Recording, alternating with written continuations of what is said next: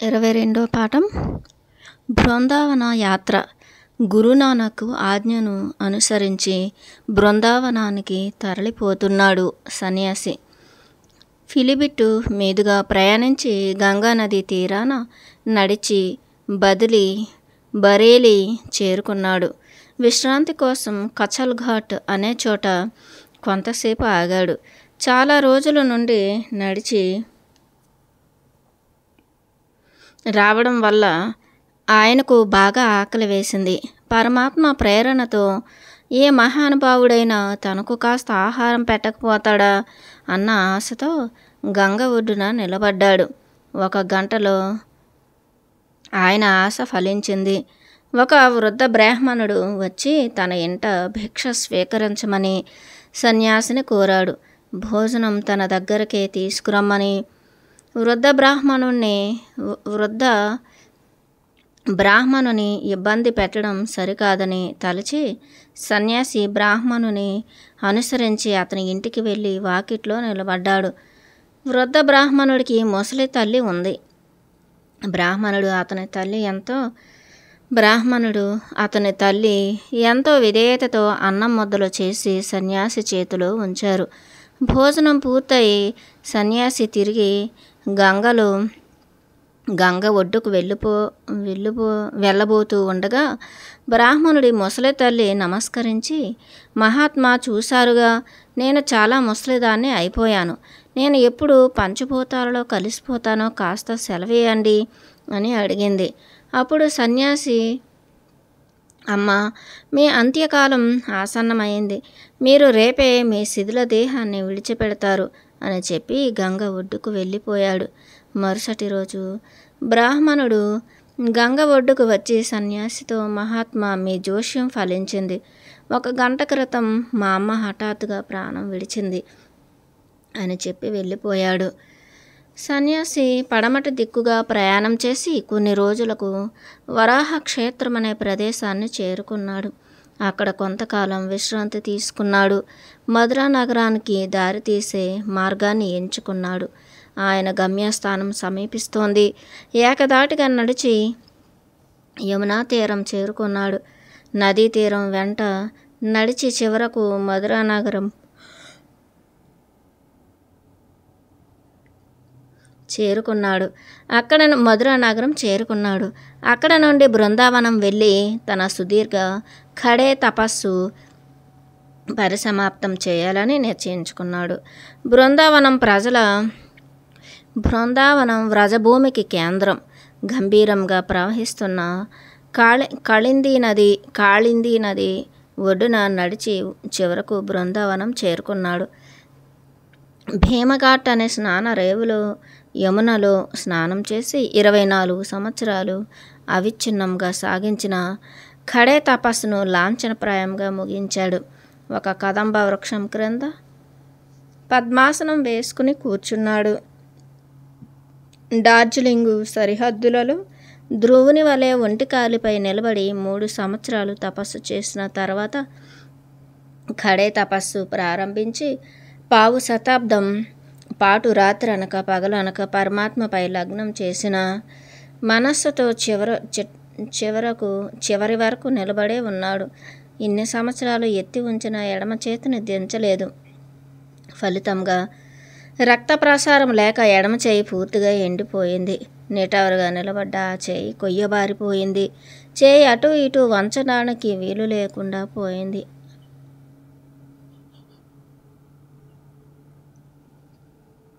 ఆ చెయ్యిపై ఆయనకు వశం తప్పిపోయింది. ఎడమ చేతి గోళ్లు బాగా పెరిగి వంగి అరచేతిలో నుండి చుచ్చుకుని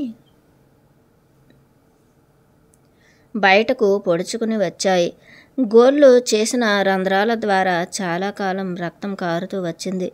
చేతి నిండా వ్రణాలు పుట్టాయి. గోళ్ళు అరచేతిలోని మాంసంలో పాతుకుపోయాయి. గాయాల వల్ల కలిగిన బాధను లెక్క చేయకుండా కొన్ని వేల మైళ్ళు నడిచాడు. కొన్ని వందల పుణ్యస్థలాలు సందర్శించాడు. అనేక ఆశ్రమాల్లో బస చేశాడు. సన్యాసులను, సాధువులను కలుసుకున్నాడు. ఎనలేని కష్టాలు ఎదుర్కొన్నాడు. ఇన్నేళ్ళు ఆయనను కాపాడింది కృష్ణ పరమాత్మ కారుణ్యమే తప్ప మరొకటి కాదు. కృష్ణో మమ కల్పవృక్షః కామధేనుస్స ఏవ హి చింతామణిస్తు మే కృష్ణః కో విచారః కుతో భయం. కృష్ణ పరమాత్మయే నా కల్పవృక్షం, ఆ ప్రభువే నా కామధేనువు, చింతామణి కూడా నాకు ఆ జగద్రక్షకుడే. కాబట్టి విచారం ఎందుకు, భయం ఎందుకు అన్న సంపూర్ణ విశ్వాసంతో మెలుగుతూ వచ్చిన విష్ణుదాసు పరమాత్మను స్మరిస్తూ కమండలాన్ని ముందు ఉంచుకుని కదంబ వృక్షం క్రింద సుఖంగా కూర్చున్నాడు. ఇక్కడ శ్రీకృష్ణ పావన కథ, పరమాత్మ బాల్యంలోని సంఘటనలు గుర్తు చేసుకోవడం సముచితం. శ్రీకృష్ణ భగవానుడు 5000 సంవత్సరాలకు పూర్వం మధురా నగరంలో దేవకి వసుదేవుల కుమారుడిగా జన్మించాడు. దేవకి సోదరుడు కంసుడు కృష్ణుని చేతిలో తన మృత్యువు రాసి ఉందని భయపడ్డాడు. అందుచేత కృష్ణుడు పుట్టగానే అతడిని హతమార్చాలి అనుకున్నాడు కంసుడు. మధురకు రాజు తన ముద్దులో తనయుడు కంసుడి క్రూరమైన చేతులు అందకుండా కృష్ణుడు పుట్టగానే అతన్ని రహస్యంగా మధుర నుండి తీసుకువెళ్ళి గోకులంలో ఉన్న నందుడికి అందించాడు వసుదేవుడు. వసుదేవుని రెండవ భార్య రోహిణి, ఆమె కుమారుడు బలరాముడు కృష్ణుని కన్నా ముందు పుట్టాడు. అందుచేత అతను కృష్ణుడికి అన్న. యశోదర రోహిణులు కృష్ణుడిని చాలా ముద్దుగా పెంచారు. బలరామకృష్ణులు వారి బాల్యమంతా గోకులంలోనే గడిపారు. బాల్యం నుంచే అసమాన పరాక్రమం చూపుతూ తల్లిదండ్రులను, ఇతర గోకుల వాసులను ఆశ్చర్యచకితులను చేస్తూ వచ్చారు. ఒకరోజు అల్లరి చేస్తూ బాలకృష్ణుని దండించడానికి యశోద తాడుతో అతడిని ఒక చెట్టుకు కట్టేసింది. ఆ బంధం నుండి విడిపించడానికి కృష్ణుడు తాడును లాగాడు. ఆ చెట్టు పక్కనున్న మరో చెట్టు ఫెల్లున విరిగి నేల కొరిగాయి. పూర్వం నారదుడు 2 యక్షులను శపించగా వాళ్ళు ఆ 2 చెట్లుగా మారారు. నేల కొరిగిన 2 చెట్ల నుండి పరమాత్మ స్పర్శచే శాప విముక్తులైన 2 యక్షులు వారి పూర్వ రూపాలు ధరించి కృష్ణునికి ప్రణామాలు అర్పించి వారి స్వస్థానాలకు చేరుకున్నారు. ఈ సంఘటన జరిగినప్పుడు నంద యశోదలు అక్కడ లేరు. ఫెలఫెలమని చెట్లు విరిగిన చప్పుడు విని వాళ్ళు కంగారు పడుతూ బాలకృష్ణుని బంధించిన చెట్టు దగ్గరకు పరిగెత్తుకుంటూ వచ్చారు. నిశ్చలంగా నిలబడి ఉన్న కృష్ణుని చూసి ఆ చెట్లు అకస్మాత్తుగా పడిపోయి ఉంటాయని, వాటి క్రింద పడి పసివాడు నలిగిపోలేదని, అదృష్టవశాత్తు తమ చిట్టి తండ్రికి ఏ ఆపద కలగలేదని ఆనందించారు. ఇదంతా చూసి నందుడికి చాలా భయం వేసింది. ఏదైనా సురక్షిత ప్రాంతానికి తరలిపోవాలని నిశ్చయించుకున్నాడు. అలా నందుడు, అతని మిత్రుడు ఉపానందుడు కుటుంబ సమేతంగా వారి ఆవుల మందలతో సహా నందగోకులం విడిచి బృందావనం చేరుకొని అక్కడ స్థిరపడ్డారు. మిగిలిన గోవుల కాపరులందరూ వారిని అనుసరించారు. గోకులంలో కంటే బలరామకృష్ణులు బృందావనంలో సురక్షితంగా ఉంటారని అందరూ భావించారు. ఆ కథా భాగం భాగవత పురాణ 10వ స్కందంలో నంద సంవాద రూపంలో రసవత్తరంగా వర్ణించబడింది. వారి సంవాద సారాంశమిది. ఉపానందుడు నందుడితో చెబుతున్నాడు, నందబాబా, నేను చెప్పేది విను. గొప్ప ఆపద వచ్చి మన వ్రజభూమి నాశనం కాకముందే మనమందరం గోవులు, మిత్రులు, భార్య, పిల్లలతో కలిసి ఇక్కడ నుండి సురక్షిత ప్రాంతానికి చేరుకోవడం మంచిది. బృందావనం అనే ఒక అరణ్యం ఉంది. దాని నిండా మంచి చెట్లున్నాయి. అక్కడ మన పశువులకు కావలసినంత పచ్చిక బయళ్ళు ఉన్నాయి. మన గోపకులం, గోపీజనం, అలమందలు ప్రశాంతంగా జీవించడానికి బృందావనం అన్ని విధాల అనుకూలమైన స్థలం. కంసుని దుర్మార్గాలకు మన బలరామకృష్ణులు దూరంగా ఉన్నారు. అందుచేత ఆలస్యం చేయకుండా మనం బృందావనానికి తరలిపోదాం పద. ఉపానందుని సలహా నందునికి నచ్చింది. నందుడు యశోద, రోహిణులు బలరామకృష్ణులను వెంట పెట్టుకుని బృందావనానికి తరలిపోయాడు. ఆ బాల గోపాలం అతడి వెంట నడిచారు. ఆ విధంగా వారందరూ బృందావన వాసులయ్యారు. కళ్ళకు ఇంపైన పచ్చిక బయళ్ళు, గలగల పారుతున్న యమునా నది, నిశ్చలంగా నిలబడ్డ గోవర్ధనగిరి, ఇవన్నీ చూసి బలరామకృష్ణులు ముచ్చటపడ్డారు. బృందావనం చేరిన నాటికి బాలకృష్ణుని వయస్సు 3-4 సంవత్సరాలు. కృష్ణుడు తన 12వ సంవత్సరం వరకు అక్కడ నివసించాడు. బృందావనంలోనే గోపాలకృష్ణుడు గోపబాలురతో ఆడుకున్నాడు, గోవులను కాచాడు, గోపికలతో నాట్యమాడాడు. ఆ నాట్యమే రాసలీల. కృష్ణ పరమాత్మ నందనందుడిగా నాట్యమాడిన, ఆటలాడిన ప్రదేశాలన్నీ వ్రజభూమిలో అంతర్భాగాలే. కృష్ణుడు తన 15వ సంవత్సరం బలరాముడితో కలిసి మధురానగరం వెళ్ళాడు. క్రూరుడైన కంసుని సంహరించి ఉగ్రసేనుని రాజ్యాభిషిక్తుణ్ణి చేశాడు. నందిగ్రామం, గోవర్ధనగిరి, బర్సాన, బృందావనం, మధుర ఇవన్నీ ఒకదానికొకటి 10-12 మైళ్ళ పరిధిలో ఉన్నాయి. కృష్ణుని వంశం వ్రజవంశం. ఆ తెగకు చెందిన వారందరూ ఆయా గ్రామాలలో నివసించారు. అందుచేత మొత్తం ఆ ప్రాంతమంతటికి వ్రజభూమి అని పేరు వచ్చింది. మొదట సన్యాసికి మాండలయ నగర కారాగారంలో కృష్ణ పరమాత్మ దర్శనమిచ్చిన ఈ వ్రజభూమిలోని స్థిరపడమని ఆదేశించారు. ఆ విషయమే శ్రీ గురునానక్ ధృవపరిచారు. కృష్ణ పరమాత్మ ఆదేశం, గురునానక్ ఆజ్ఞ శిరసావహించి సన్యాసి ఎన్ని కష్టాలు ఎదురైనా భరించాడు. విరామం లేకుండా కొన్ని వేల మైళ్ళు నడిచాడు. చివరకు యమునా తీరానికి చేరుకున్నాడు. సన్యాసి శ్రావణ మాసంలో ఒక పర్వదినాన ఆ పవిత్ర స్థలాన్ని చేరుకున్నాడు. కృష్ణ భక్తులు యమునా నదిలో ఘాట్లలో స్నానాలు చేసి వస్తూ కదంబ వృక్షం క్రింద ప్రశాంతంగా సుఖాసీనుడై ఉన్న సన్యాసిని చూశారు. తేజస్సుతో నిండిన ఆయన ముఖం, గంభీరమైన స్వరం వారందరినీ ఆకర్షించి ఆయన ఎవరై ఉంటారా అని ఆశ్చర్యపడ్డారు. సన్యాసిని సమీపించి నమస్కరించారు.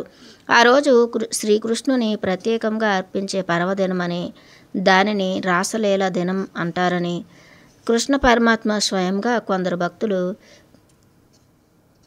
భక్తులకు భోజనం పెడతాడని యాత్రికులు సన్యాసికి చెప్పారు. ఆ మాటలు వినేసరికి ఒక పవిత్ర దినాన బృందావనంలో కాలు పెట్టినందుకు సన్యాసి హృదయం ఆనందంతో నిండిపోయింది. కదంబ వృక్షం క్రింద పద్మాసనం వేసుకుని కృష్ణనామాన్ని జపించడం మొదలుపెట్టాడు. పరమాత్మ తన అమృత హస్తాలతో భోజనం పెడితేనే ఉపవాసం విరమిస్తానని ప్రతిజ్ఞ చేశాడు. కృష్ణ భగవానుడు స్వహస్తాలతో ఆ రోజున తనకి భోజనం పెడతాడన్న విశ్వాసంతో ధ్యాన నిమగ్నుడై కూర్చున్నాడు. సాయంకాలమైంది.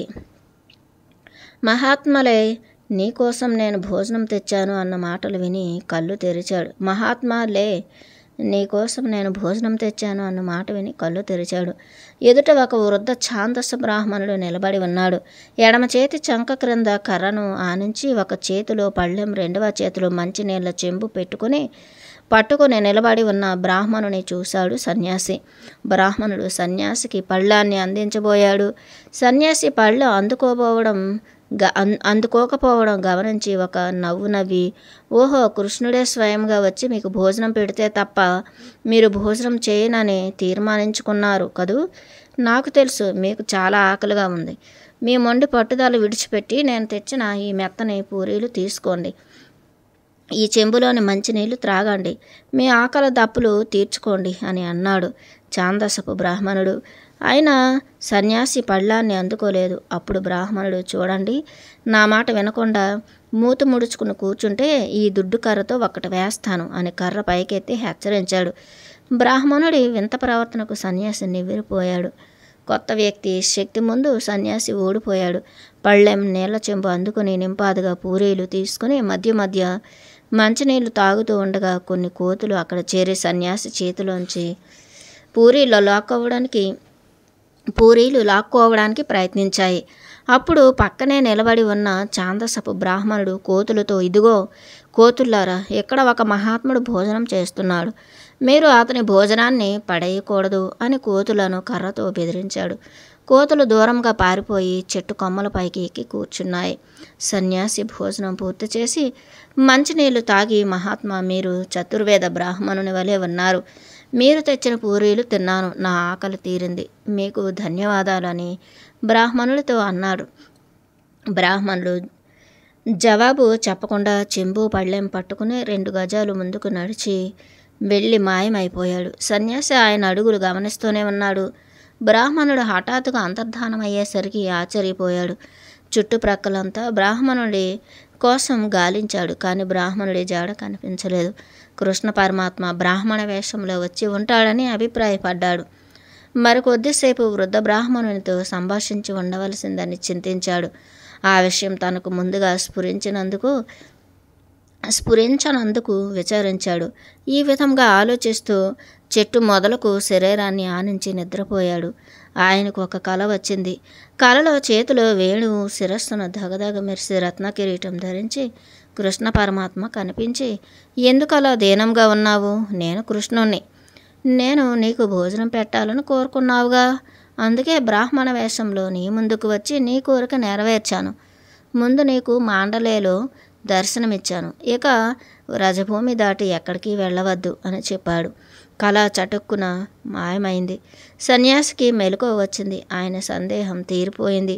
కృష్ణ పరమాత్మ స్వయంగా భోజనం పెట్టినందుకు, తన ప్రతిన ఫలించినందుకు సన్యాసి మనస్సు కుదుటపడింది.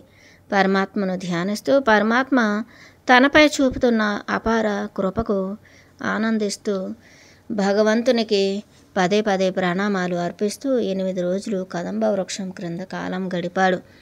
ఆ సమయంలో అనేక మంది యాత్రికులు వచ్చి సన్యాసిని దర్శిస్తూ ఉండేవారు. యాత్రికులలో ఎవరో ఒక ధర్మాత్ముడు వచ్చి సన్యాసికి భోజనం పెడుతూ ఉండేవాడు. ముందు సాగించిన అసాధారణ పాదయాత్ర వల్ల కలిగిన అలసట తీరింది, నీరసం తగ్గింది, శరీర బలం పెరిగింది. ఆ 8 రోజుల కాలంలో ఒక అద్భుత సంఘటన జరిగింది. ఒకరోజు సాయంత్రం సమయంలో సన్యాసి బంకీ విహార్ అనే కృష్ణాలయంలోకి వెళ్ళాడు. ఆలయ అర్చక స్వామి యథాప్రకారం సాయంకాల పూజ చేసి స్వామి పవలింపు సేవకు వెండితో చేసిన బాలకృష్ణుడి విగ్రహాన్ని ఊయలలో ఉంచి నెమ్మదిగా ఊయలను ఊపుతున్నాడు. లాలిపాటలు పాడుతూ కొందరు భక్తులు కూడా ఊయలను ఊపుతున్నారు. అది గమనిస్తూ నిలబడ్డాడు సన్యాసి. అకస్మాత్తుగా విగ్రహం కాక కృష్ణుడే ఊయలలో ఊగుతున్నట్లు ఆయనకు కనిపించింది. చిన్ని కృష్ణుడు బొజ్జాయి వలె ఊయలలో ఆడుకుంటున్నాడు. ముద్దుగారే యశోద ముద్దుబిడ్డ ముద్దులోకి ముఖం నుండి చిరుగజ్జల సవ్వడితో నవ్వులు పువ్వులు జలజల రాలుతున్నాయి. మిగిలిన యాత్రికులందరికీ బాలకృష్ణుని వెండి విగ్రహమే కనిపిస్తోంది, కానీ సన్యాసికి మాత్రం కాళ్ళు చేతులు కదిలిస్తూ ఆడుకుంటున్న చిన్నారి కృష్ణుడు కనిపిస్తున్నాడు. 5000 సంవత్సరాల క్రితం నంది గ్రామంలో యశోద ఒడిలో ఆటలాడిన కన్నయ్య కమనయ్య రూపం అది సన్యాసి అహోభాగ్యం వల్ల లభించిన సాటలేని అపురూప దృశ్యం. కొద్దిసేపు ఉండి ఆ దృశ్యం అదృశ్యమైంది. తనకు కలిగిన అసాధారణ అనుభూతికి తనపై కృష్ణ పరమాత్మ చూపుతున్న అవ్యాజ అనురాగమే కారణమని సన్యాసి సంతోషించాడు. చాలా సంవత్సరాల తర్వాత ఈ సంఘటన శిష్యులకు తెలియజేస్తున్నప్పుడు సన్యాసి ముఖంలో ఆనందోత్సాహాలు వెల్లివిరిశాయి. కేవలం అనుభవం ద్వారానే తెలుసుకోగలిగే ఆ అనుభూతి వర్ణనలకు అందనదని సన్యాసి చెప్పాడు. చిన్ని కృష్ణుడు ఊయలలోగడం చూస్తూ ఉంటే తనలో ఆశ్చర్యం, ప్రేమానురాగాలు పెళ్ళుబికాయని, కృష్ణుని కళ్ళు కలువరేకులని, కనుబొమ్మలు మంత్రముగ్ధులను చేస్తున్నాయని చిన్నారి కన్నయ్య ముద్దులోకి ముఖం చుట్టూ ఒక దివ్య తేజస్సు ఆవరించి ఉందని, ఆ దివ్యానుభవం 10 నిమిషాలు తర్వాత మాయమైందని, అప్పుడు తన కుడి చేతిని ఎత్తి ఎడమ చేతికి జోడించి గోపాలనికి జ్యోతులు అర్పించానని, 10 నిమిషాల తర్వాత ఊయలలో యథాప్రకారం బాలకృష్ణుని వెండి ప్రతిమ కనిపించిందని శిష్యులకు చెప్పాడు. తర్వాత సన్యాసి నది ఒడ్డున తాను ఉంటున్న చోటుకు చేరుకున్నాడు. వారం 10 రోజులు నదీ తీరాన గడిపి అక్కడ నుండి బయలుదేరి మధురకు వెళ్ళి యమునా నది ఒడ్డున గౌఘాట్ అనే చోటుకు చేరుకున్నాడు. ఒక ధుని వెలిగించి చలిమంట వేసుకున్నాడు. భగవంతుని ధ్యానిస్తూ ఏకాంతంగా కూర్చుని ఉండగా సన్యాసికి ఒక దృశ్యం కనిపించింది. అది ఆవులు ఎదురుగా తన వైపే నడిచి వస్తున్నాయి. ఒక్కొక్క ఆవు ఒక్కొక్క రంగు కలిగి ఉంది. ఆవులు చాలా అందంగా ఉన్నాయి. వాటి వెనుక ఒక పశువుల కాపరి నడుస్తున్నాడు. అతడు ఒక ధోవతి కట్టుకున్నాడు. ఎడమ భుజంపై మడత పెట్టిన నల్లటి కంబళి వేలాడుతోంది. చేతిలో పిల్లను గురవి శిరస్సున నెమల పించం గల కిరీటం ధరించి మంచి టీవీగా చురుకుగా నడిచి వస్తున్నాడు. అతనికి సుమారు 20 సంవత్సరాలు ఉంటాయి. పశువులను తోలుకుంటూ సన్యాసికి దగ్గరగా వచ్చి సన్యాసిని తేరిపార చూశాడు. సన్యాసి బాలుడిని పలకరించడానికి ప్రయత్నించాడు. కానీ నోట మాట రాలేదు. లేచి నిలబడి బాలుడిని అనుసరించి నడవడానికి ప్రయత్నించాడు. కానీ కూర్చున్న చోటు నుండి లేవలేకపోయాడు. పశువుల కాపరి సన్యాసిని చూస్తూ పశువులను తోలుకుంటూ ముందుకు సాగిపోయాడు. అతడు నడిచి వెళ్తూ ఉంటే అతని నుండి ఆవుల నుండి దివ్య పరిమళం అంతటా వ్యాపిస్తూ వచ్చింది. ఇదంతా నటన సూత్రధారి కృష్ణ పరమాత్మ ఆడిన నాటకమని, గోవులను కాసేవాడి రూపంలో గోపాలుడు తనకు దర్శనమిచ్చాడని, పరమాత్మ తనపై చూపుతున్న అనురాగానికి ఆనందిస్తూ ఉండగా ఆ వింత దృశ్యం అకస్మాత్తుగా అంతర్ధానమైంది.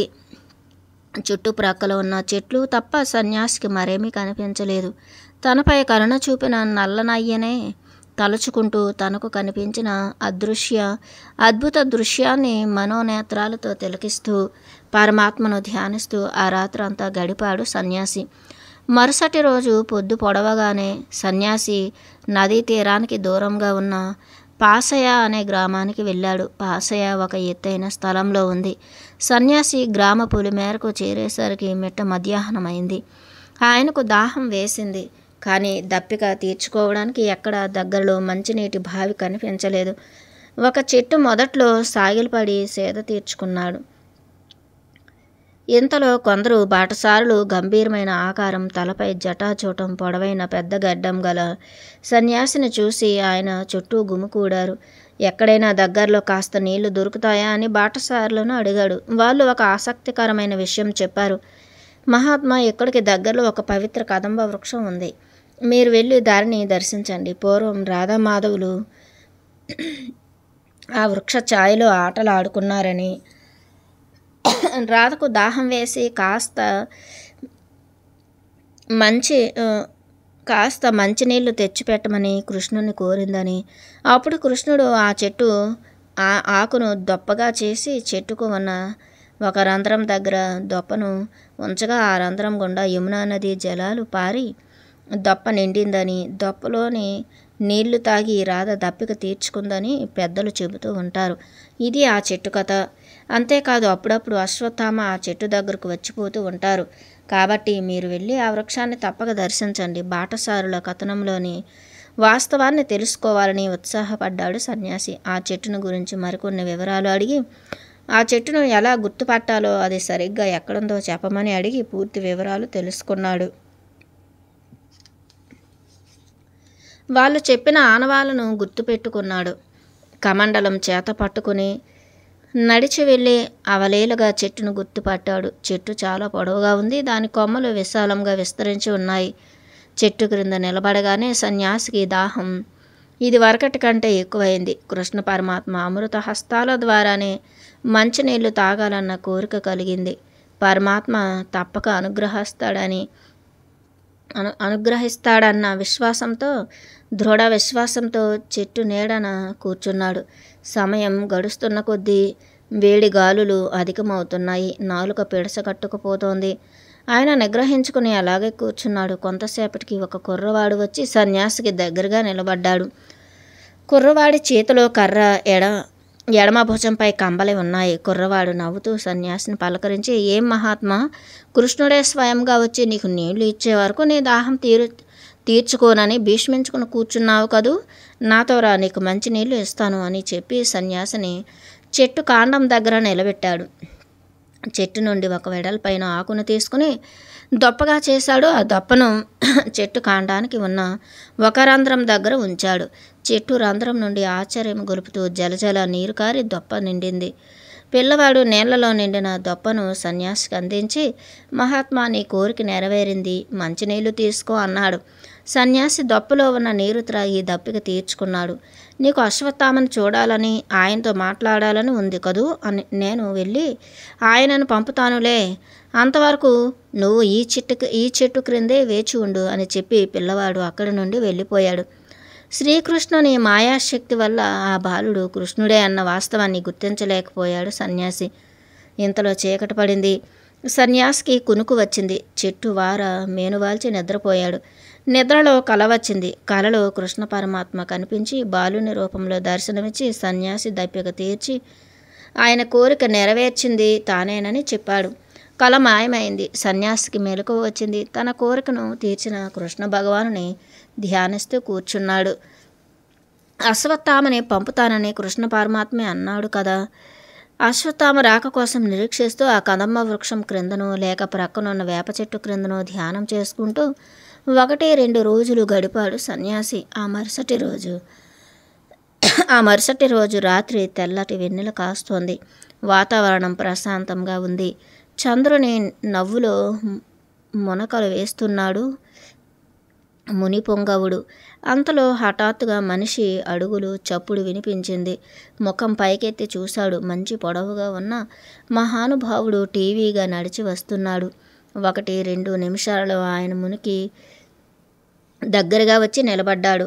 ఆయన ఆకారం వెన్నెల్లో సన్యాసికి కనిపిస్తోంది. ఆయన మోకాలు వరకు ధోవతి కట్టుకున్నాడు. తలపాగా పెట్టుకున్నాడు. ఒక పొడవైన కోటు తొడుక్కున్నాడు. కోటుకు గుండీలు లేవు. తాళ్ళు బిగించి ఉన్నాయి. ఆయనకు గడ్డం మీసం ఉన్నాయి. ఆయన ఎత్తు సుమారు 6 అడుగులు 6 అంగుళాలు. కండలు తేలిన శరీరం, దృఢమైన పిక్కలు, చక్కని దేహ ఛాయ కలిగి ఉన్నాడు ఆ వ్యక్తి. కుడి చేత్తో పొడవైన దుడ్డు కర్ర పట్టుకున్నాడు. సన్యాసి లేచి నిలబడ్డాడు. ఆయన అశ్వత్థామ తప్ప మరొకడు కాడని నిర్ణయించుకున్నాడు. ఆయన మాట్లాడకుండా దుడ్డు కర్ర గడ్డానికి ఆనించి నిశ్చయంగా నిలబడ్డాడు. సన్యాసి ముందుగా సంభాషణ మొదలుపెట్టాడు. మహారాజా, తమరు అశ్వత్థామేనా? అవును, నేను అశ్వత్థామనే. 2 రోజుల క్రితం నిన్ను కలుసుకున్న పిల్లవాడు నీ గురించి నాకు చెప్పాడు. ఇక్కడికి వచ్చి నీకు దర్శనం ఇమ్మని చెప్పాడు. అందుకే నేను ఇక్కడికి వచ్చాను. తపస్వీజీ, నీ సుదీర్ఘ తపశ్చర్య సమాప్తమైంది. ఇకపై నుండి నువ్వు ఎక్కడికి తిరగనక్కర్లేదు. కాస్త మర్దన చేస్తే ఎండిపోయి కొయ్యబారిన నీ ఎడమ చేయి మళ్ళీ నీ అధీనంలోకి వస్తుంది. అప్పుడు నువ్వు ఆ చేతితో కొన్ని పనులు చేసుకోవచ్చు. ఇప్పుడు నువ్వు కోడ్బాను అరణ్యానికి వెళ్ళి అక్కడ స్థిర నివాసం ఏర్పరచుకో. అది కూడా వ్రజభూమిలో అంతర్భాగమే సుమా. నేను ప్రతి పున్నమి రాత్రి హిమాలయాల నుండి ఇక్కడికి వచ్చి ఈ కదంబ వృక్షం క్రింద కొద్దిసేపు ఉంటాను. కావాలంటే నువ్వు నన్ను ఇక్కడ తిరిగి కలుసుకోవచ్చు అని చెప్పాడు అశ్వత్థామ. అశ్వత్థామ మాటలకు సన్యాసి సంతోషించి, మహారాజు, నేను కృష్ణ పరమాత్మను స్వప్నంలో దర్శిస్తున్నాను. వేరే రూపంలో కూడా చూస్తున్నాను. కానీ 4 చేతులు గల నారాయణ రూపంలో కృష్ణ పరమాత్మను దర్శించే భాగ్యానికి నోచుకోలేదు. ఆ రూపంలో నాకు పరమాత్మ దర్శనమిచ్చేటట్లు దయచేసి చూడరా అని అశ్వత్థామను వేడుకున్నాడు. సరే, ప్రయత్నిస్తాను అని పలికి అశ్వత్థామ తూర్పు దిశగా వెళ్ళిపోయాడు. సుప్రసిద్ధ మహాభారత సేనాధిపతి అశ్వత్థామ దర్శనమైనందుకు తపస్వీజీ సంతోషించాడు. మహాభారత యుద్ధం 5000 సంవత్సరాలకు పూర్వం ప్రస్తుత ఢిల్లీకి దగ్గరలో ఉన్న యుద్ధభూమిలో మహాభారత యుద్ధం 5000 సంవత్సరాలకు పూర్వం ప్రస్తుత ఢిల్లీకి దగ్గరలో ఉన్న యుద్ధభూమిలో కౌరవులకు పాండవులకు మధ్య జరిగింది. కృష్ణ పరమాత్మ రక్షణలో ఉన్న పాండవుల చేతిలో పరాజయం పొందిన కౌరవులకు సేనాధిపతిగా ఉన్నాడు అశ్వత్థామ. ఆయన తండ్రి ద్రోణాచార్యుడు సకల శాస్త్ర పారంగతుడే కాక సుప్రసిద్ధ యోద్ధ. ద్రోణాచార్యుడు, భీష్ముడు, కర్ణుడు మొదలైన మహాశూరులు పాండవులతో యుద్ధం చేశారు. కృష్ణ పరమాత్మ కటాక్షం వలన చివరకు పాండవులు గెలుపొందారు. యుద్ధంలో ద్రోణాచార్యుడు మృతి చెందాడు. యుద్ధ సమాప్తమయ్యాక అశ్వత్థామ హిమాలయాలకు వెళ్ళిపోయి నాటి నుండి నేటి వరకు తపస్సు చేసుకుంటున్నాడు. ఇన్ని సంవత్సరాలు ఆయన సజీవంగా ఉండడానికి కారణం మహాశక్తి సంపన్నుడైన ద్రోణాచార్యుడు. అశ్వత్థామకు అనంతకాలం జీవించి ఉండమని వరం ఇవ్వడం. అందుచేత ఆంజనేయ స్వామి వలె అశ్వత్థామ కూడా చిరంజీవులలో ఒకడు. అశ్వత్థామ సకల శాస్త్రాలు పూర్తిగా తెలిసినవాడు, అవపోసన పట్టినవాడు, శాస్త్రాస్త్ర నిపుణుడు, శస్త్రాస్త్ర నిపుణుడు, మహాయోధుడు. శ్రీకృష్ణ భగవానుడు అర్జునుడికి బోధించిన భగవద్గీత సారాన్ని ఎరిగిన భీష్మ, ద్రోణ, ధర్మరాజు మొదలైన వారు గతించగా మిగిలి ఉన్నవాడు అశ్వత్థామ ఒక్కడే. తరువాత తపస్వీజీ అశ్వత్థామను అనేకసార్లు కదంబ వృక్షం క్రింద కానీ హిమాలయాలలో కానీ కలుసుకున్నాడు. మహాభారత కథ జరిగినట్లు అశ్వత్థామ స్వయంగా చెప్పగా విన్నాడు. తపస్వీజీ సుదీర్ఘ జీవనయాత్రలో అశ్వత్థామను దర్శించడం ఒక ప్రధాన ఘట్టం. అటువంటి సన్నివేశాన్ని కల్పించినందుకు కృష్ణ పరమాత్మకు కృతజ్ఞతలను అర్పిస్తూ నిరంతరం పరమాత్మను స్మరిస్తూ తాను స్థిరపడనున్న ఖోడ్భాను అరణ్యం వైపు ప్రయాణం సాగించాడు తపస్వీజీ.